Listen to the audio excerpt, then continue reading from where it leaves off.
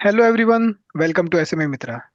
तो आज आपकी मुलाकात फार्मास्यूटिकल एक्सिपिएंट्स और स्पेशलिटी केमिकल से जुड़ी हुई एक कंपनी से करवाने जा रहे हैं। कंपनी का नाम है पटेल केम स्पेशलिटीज लिमिटेड। हमारे साथ कंपनी के promoters and managing director mister Bhupesh Patel जुड़े हुए हैं। Thank you sir, thank you for your time and welcome to the show. Thank you for having me. Sir, सबसे पहले शुरुआत करते हैं कंपनी के बिजनेस मॉडल से। तो प्लीज एक्सप्लेन करें आपकी कंपनी का कारोबार क्या है और ये फार्मास्यूटिकल एक्सिपिएंट्स होता क्या है। Actually, pharmaceutical excipients inactive ingredients होते हैं जो ड्रग फॉर्मुलेशंस में यूज होते हैं और उसका मेन रोल रहता है टेबलेट्स या जो सिरप्स वगैरह होता है उसमें बाइंडर का, थिकनर का, स्टेबलाइजर का, डिसइंटीग्रेंट्स का, जेलिंग एजेंट्स, जो कि वो एंश्योर करता है efficiency, safety and stability of APIs. जो एक्टिव इंग्रेडिएंट्स होते हैं उसकी स्टेबिलिटी और सेफ्टी को एंश्योर करता है। तो ये होते हैं एक्सिपिएंट्स जो फार्मास्यूटिकल्स में लगते हैं। ओके, तो एक तरीके से दवाई का रॉ मटेरियल हो गया कि सॉल्ट के अलावा और जो भी चीजें लगती है वो ज्यादातर ये एक्सिपिएंट्स कैटेगरी में हाँ, ये एक्टिव इंग्रेडिएंट्स नहीं नहीं होते जिससे मतलब आपको आपका डिसीज क्योर नहीं होगा, पर जो राइट। डिसीज क्योर करने वाले एपीआईज होता है उसको डिलीवरी करने में ये हेल्प करते हैं। करेक्ट। हाँ जी। और सर, आपके एंड यूजर कौन है या कस्टमर कौन है और आपकी प्रोडक्ट्स के यूसेज कौन सी इंडस्ट्रीज में होते हैं। जो सोल हमारा फोकस है वो फार्मास्यूटिकल इंडस्ट्रीज ही है। फार्मास्यूटिकल्स के अलावा न्यूट्रास्यूटिकल इंडस्ट्रीज में हमारे प्रोडक्ट का यूज़ ज़्यादा होता है, जैसे कि विटामिन्स टैबलेट्स हो गए, विटामिन्स के कैप्सूल्स हो गए, तो ये सब में लगता है। इसके अलावा फूड्स इंग्रे फूड्स में भी फूड इंग्रेडिएंट्स की तरह यूज़ होता है, जैसे आइसक्रीम्स में होता है, नूडल्स में होता है, ऐसे फूड में भी यूज़ होता है, कॉस्मेटिक्स में यूज़ होता है, हेयर कलर्स में यूज़ होता है, हेना में यूज़ होता है, हैंड वॉश में यूज़ होता है। ओके। और हमारे जो स्पेशलिटी केमिकल्स है कुछ वो डिफरेंट इंडस्ट्रियल सेक्टर्स में यूज़ होते हैं, अलग-अलग टेक्सटाइल्स हो गए, ऑयल वेल ड्रिलिंग हो गया या सिरामिक हो गया, तो उसमें यूज़ होते हैं। ओके। और सर, कंपनी की अभी तक की 20 साल से भी ज्यादा की जर्नी रही है, राइट? तो कंपनी के कुछ की माइलस्टोन्स आप बता पाए और कैसे शुरुआत हुई इस कंपनी की, आपका बैकग्राउंड क्या था उससे पहले। अ, मैं मेरे I myself is a chemical engineer और हम पहले तो एक हमारी कंपनी 1995 में शुरू किया था पटेल इंडस्ट्रीज़ करके, और ये पटेल केम स्पेशलिटीज़ हमने एस्टेब्लिश किया है 2008 में। तो पटेल केम स्पेशलिटीज़ 2008 में एस्टेब्लिश हुआ, 2010 में उसका प्रोडक्शन कमिशनिंग हुआ और मेन फोकस हमारा रहा था ये फार्मास्यूटिकल फूड इंग्रेडिएंट्स का। 2011 से हमारा जर्नी जो स्टार्ट हुआ तो हमने पहले ही फोकस कर लिया था क्वालिटी प्रोडक्ट बनाने के लिए, तो हम लाइसेंस वगैरह सब हमारे पास पहले से आ गए थे, जीएमपी, आईएसओ, एफडीए अप्रूवल सब। तो ये सब हमें सपोर्ट करते गए और हम आगे बढ़ते गए सर। बिल्कुल। अ, सर, कंपनी के ऑर्ग स्ट्रक्चर के बारे में बात करते हैं तो कंपनी की कोई सब्सिडरी या कोई सिस्टर कंसर्न है सर। कंपनी की सिस्टर कंसर्न्स है, एक पटेल इंडस्ट्रीज है जो ओके। अहमदाबाद में ही है, और एक पटेल केम नॉर्थ अमेरिका करके अमेरिका में है, जहां हम स्टॉक एंड सेल करते हैं पटेल केम स्पेशलिटीज की ही प्रोडक्ट्स। ओके। तो एक तरीके से यूएस मार्केट में ऑपरेट करने के लिए आपने वो कंपनी वहां पे बनाई सब्सिडरी है। बनाई हुई है, yes right. All right.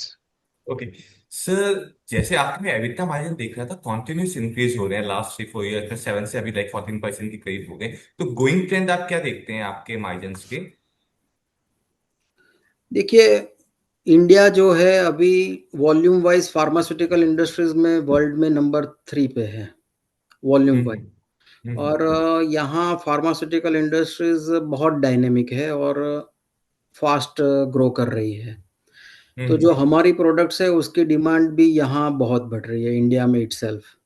Okay. और out of India after Covid जब ये सप्लाई चेन का डिस्टरबेंस हुआ था, हम्म। तो आफ्टर कोविड जो एक्सिपिएंट्स है उसका इंडियन एक्सिपिएंट्स का फॉरेन में भी बहुत मार्केट ओपन हुआ है। हम्म। तो ये हम लगातार देख रहे हैं, पिछले 3-4 साल से हमारा ग्रोथ बहुत अच्छा हो रहा है, डिमांड बहुत अच्छी आ रही है और हम हम्म। इसी के लिए एक्सपेंशन कर रहे हैं सब। तो सर जैसे डिमांड देख रहा था मैं आपके एक्सपोर्ट की कंट्रीज के अंदर, इजिप्ट आ गया, यूएस आ गया, रशिया आ गए। हर कंट्री में भी कुछ ना कुछ चैलेंज आ रहे हैं। जैसे यूएस में डोनाल्ड ट्रंप आ गए हैं, रशिया के अंदर वो यूक्रेन का वार चल रहा है। तो एक्सपोर्ट सिनेरियो में आप कैसे देखते हैं डोमेस्टिक मार्केट में, एक्सपोर्ट में किस में शेयर आपका गोइंग फॉरवर्ड नहीं, ज्यादा ये रहेगा? ये जो भी एक्चुअल ऐसा देखने में लगता है कि ये एडवर्स सिनारियो है, वो हमारे लिए बेनिफिशियली हो रहा है। जैसे ये रशिया में देखिए, रशिया यूक्रेन वॉर शुरू हुआ तो यूरोप ने रशिया के साथ बिजनेस बंद कर दिया। तो जो यूरोपियन डोमिनेंट्स प्रोडक्ट्स थी वो यूरोप से रशिया नहीं जा रही है। तो हम्म। रशिया अब ये इंडिया की तरफ फोकस हो गया है, इंडिया से सोर्स कर रहा है। तो हमारा जो 4 साल पहले रशिया के साथ बिजनेस था उससे मेरे ख्याल से 10 टाइम्स अभी ज्यादा हो रहा है। तो रशिया यूक्रेन वॉर हमारे लिए तो बेनिफिशियल ही हुआ है। और जो यूएस में टैरिफ का प्रॉब्लम जो एक हो रहा है, पर वो हमारी प्रोडक्ट में मैं नहीं समझता कोई ज़्यादा उसका इफेक्ट देखने को मिलेगा, क्योंकि हमारा डिमांड वैसे का वैसा ही रहा है, ऊपर से बढ़ रहा है ऐसा हमको लग रहा है। और सर जैसे आपने प्रोस्पेक्टस में पियर्स मेंशन किए हैं जिसमें सिगाची है, अभी रिसेंटली सिगाची में फायर आउटब्रेक हुआ है, तो उससे आपके डिमांड की कुछ चेंजेस आए हैं इंडस्ट्रीज के अंदर, क्योंकि उनका प्रोडक्शन तो एक तरह से स्टॉप हो गया होगा फायर इंसिडेंट्स के बाद में? हाँ, ये सिगाची में जो इंसिडेंट हुआ और वो उनका कैपेसिटी बहुत बढ़ा था, तो हम्म। ऑफ कोर्स बाकी सब जो सेम प्रोडक्ट में मैन्युफैक्चर करते हैं उनके पास डिमांड तो बढ़ा ही है सर। और हम्म। सर पियर्स की कंपैरिजन आप अपने रेशियोज कैसे देखते हैं, क्योंकि आपके मार्जिन्स वगैरह उनसे बेहतर दिखे मेरे को, तो मतलब क्या एक्स्ट्रा आपकी सीक्रेट सॉस है जिसकी वजह से आप इतना बेहतर परफॉर्म कर पा रहे हैं? एक्चुअली क्या है, जो हमारे पीयर्स है सिगाची इंडस्ट्रीज और एक्सेंट माइक्रोसेल, वो दोनों एक प्रोडक्ट पे ज़्यादा फोकस है, वो है माइक्रो क्रिस्टलाइन सेल्यूलोज। हम्म। जबकि हमारा फोकस मल्टीपल प्रोडक्ट्स पे है, हम 3-4 प्रोडक्ट्स लेके चल रहे हैं, तो उसके हिसाब से हमारा बिजनेस स्टेबल हो रहा है, ग्रो भी अच्छा कर रहा है और रिजल्ट्स भी अच्छा देखने को मिल रहा है। तो सर जैसे अभी आपने बताया वो लोग माइक्रो क्रिस्टलाइन सेल्यूलोज पे फोकस कर रहे हैं, तो मैं आपकी जो टॉप 3 प्रोडक्ट देख रहा था उसमें सोडियम सीएमसी आ रहा है, क्रॉस ट्रेमिलोज सोडियम आ रहा है, ये माइक्रो क्रिस्टलाइन सेल्यूलोज आ रहा है। आप बिल्कुल। काफी काफी ज्यादा कैपेसिटी एक्सपेंड कर रहे हैं, तो गोइंग फॉरवर्ड आपका मार्केट शेयर इन प्रोडक्ट्स में क्या रहेगा? एक्चुअली हम जो कैपेसिटी इंक्रीज कर रहे हैं, तो हम्म। जिसके लिए हम आईपीओ ला रहे हैं, वो मेन हम फोकस कर रहे हैं क्रॉस कार्मेलोस सोडियम।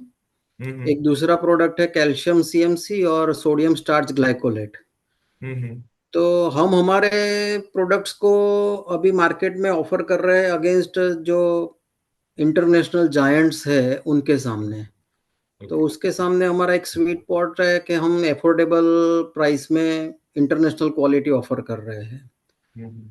तो हमारे मटेरियल का डिमांड अभी रॉबस्ट हाई डिमांड हम देखने को देख रहे हैं, तो हमें लगता है कि जो हम एक्सपांसन करेंगे हम्म।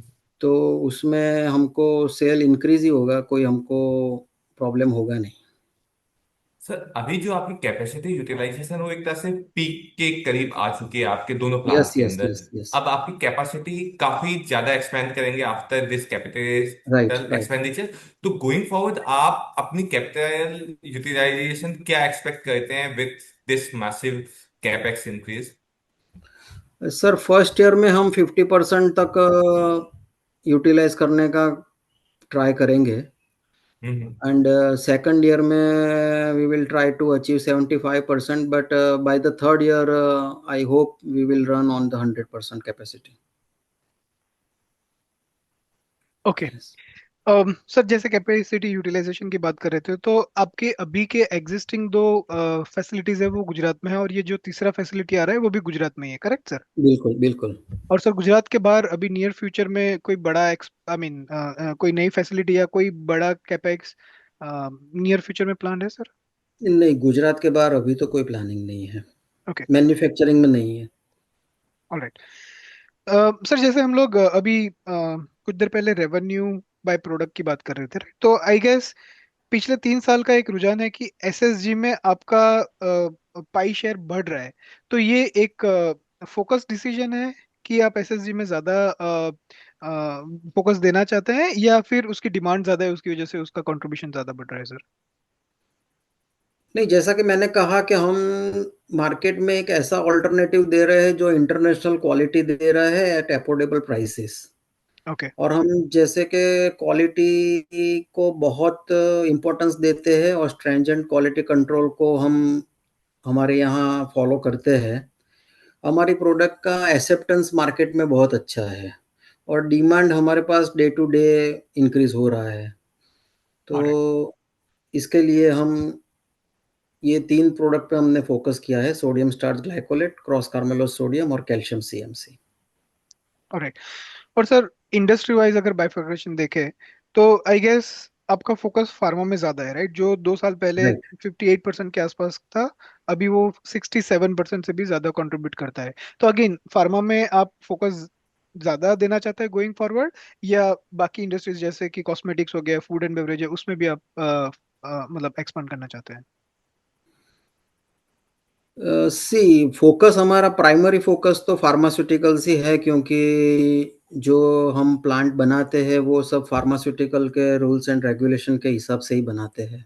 ओके। तो मेन फ़ोकस हमारा फार्मास्यूटिकल में ही रहता है और वहाँ मार्जिन भी हमको अच्छा मिल जाता है। तो मेन फ़ोकस हमारा फार्मास्यूटिकल्स ही है। ओके सर, मैं थोड़ा आपकी इंडस्ट्री के बारे में समझना चाहता हूँ। तो जैसे कि फार्मास्यूटिकल एक्सपीडियंट या स्पेशलिटी केमिकल्स बिजनेस हो गया, उसमें सर ऑपरेशनल चैलेंजेस क्या आते हैं? आई गेस सिगाजी का एक इंसिडेंट जो अभी हमने डिस्कस किया, तो सेफ्टी एक कॉमन चैलेंज रहता है। हिस्ट्री में भी हमने बहुत सारी केमिकल इंडस्ट्रीज में ऐसे छोटे मोटे इंसिडेंट्स देखे हैं। उसके अलावा सर क्या क्या आप day to day challenges operations में देखते हैं, और सर उसको आप कैसे फाइट करते हैं? डे टू डे चैलेंजेस में मेन तो जो अभी हम फेस कर रहे हैं वो एक लेबर इश्यू मेन है। हम्म। बाकी और कोई चैलेंजेस ऐसा हमारे गुजरात में तो हमको फेस करना नहीं पड़ रहा है और ये जो एक्सीडेंट्स की बात है तो आई थिंक कोई प्लांट 100% तो एक्सीडेंट प्रूफ नहीं होता। राइट। तो वो इंसिडेंट्स तो कहीं ना कहीं तो होते रहते हैं। राइट। और सर आपकी इंडस्ट्री में कोई रॉ मटेरियल के प्राइस के लेके, या गवर्नमेंट की पॉलिसी को लेके, या कोई इंटरनेशनल सिचुएशंस की वजह से कोई रिस्क होते हैं सर? हमारे जो रॉ मटेरियल्स है मेनली तो हम इंडिया से सोर्स कर रहे हैं। कुछ रॉ मटेरियल्स जो है आउट ऑफ इंडिया से सोर्स हो रहे हैं। उसमें भी ऐसा है कि कोई एक कंट्री उसमें ऐसा नहीं है कि एक कंट्री पर डिपेंड करते हैं, मल्टीपल कंट्रीज से इंपोर्ट हो रहा है मटेरियल। तो ऐसा नहीं है कि कोई एक कंट्री का कोई इश्यू हो जाए तो हमारे रॉ मटेरियल सोर्सिंग पे कोई तकलीफ आए। ओके। और रॉ मटेरियल में जो भी प्राइस फ्लक्चुएशन होता है, वो आप एंड यूजर को पास ऑन कर पाते हैं, या वो आप मार्जिन से मैनेज करते हैं? नहीं, ऐसा होता है कि जब भी हमारी जो प्रोडक्ट्स है उसमें बहुत अप एंड डाउन आज तक मैंने देखा नहीं, ऑब्जर्व नहीं किया कि बहुत अप एंड डाउन आते ओके। हो लास्ट 15 ईयर्स से भी सी। बट जब भी आते हैं तो हम उसको पास ऑन कर देते हैं और बायर एक्सेप्ट कर लेते हैं। ओके सर, मैं ये जानना चाहता हूँ कि आप कंपटीशन को कैसे देखते हैं, और ऐसी क्या चीज़ है जो पटेल केम स्पेशलिटीज को बाकियों से अलग करता है सर? सर कंपटीशन तो रहती है और जो फार्मास्यूटिकल एक्सिपिएंट्स का जो सेगमेंट है उसमें मेजर कॉम्पिटिटर्स है वो यूरोपियन मैन्युफैक्चरर्स है जो मतलब अभी ग्लोबल लीडर्स कहलाते हैं। जैसे कि ये ड्यूपॉन्ट हो गया या रॉकेट हो गया या जेआरएस हो गया। पर हमारा जो स्वीट स्पॉट है वो यही है कि अफोर्डेबल इंटरनेशनल क्वालिटी, ये हमारा स्ट्रॉन्गेस्ट वैल्यू प्रोपोजिशन है। ओके। हम यही फोकस करते हैं कि हम इंटरनेशनल क्वालिटी मटेरियल एक अफोर्डेबल वैल्यू पर अपने सब कस्टमर्स को दे पाएँ, और यही हमको हमारे गोल में सहाय करती है। बिल्कुल। सर, आप इंटरनली क्या गोल, क्या विजन लेके चलते हैं नेक्स्ट 3 से 5 साल के लिए, और क्या होगा सर अगला फेज ऑफ ग्रोथ? एक्चुअली पिछले 3 साल से हम अप्रोक्स 20% के रेट से ग्रोथ कर रहे हैं।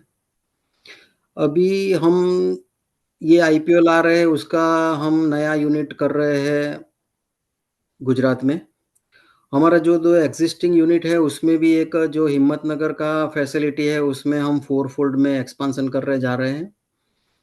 तो आई होप कि हमारा ये 20% एवरेज ग्रोथ जो है, वो कंटिन्यू करेंगे हम। Alright. Thank you very much Bhupesh sir, आपने समय दिया और कंपनी के बारे में विस्तार से बताया। Thank you very much. Thank you, thank you. Thank you.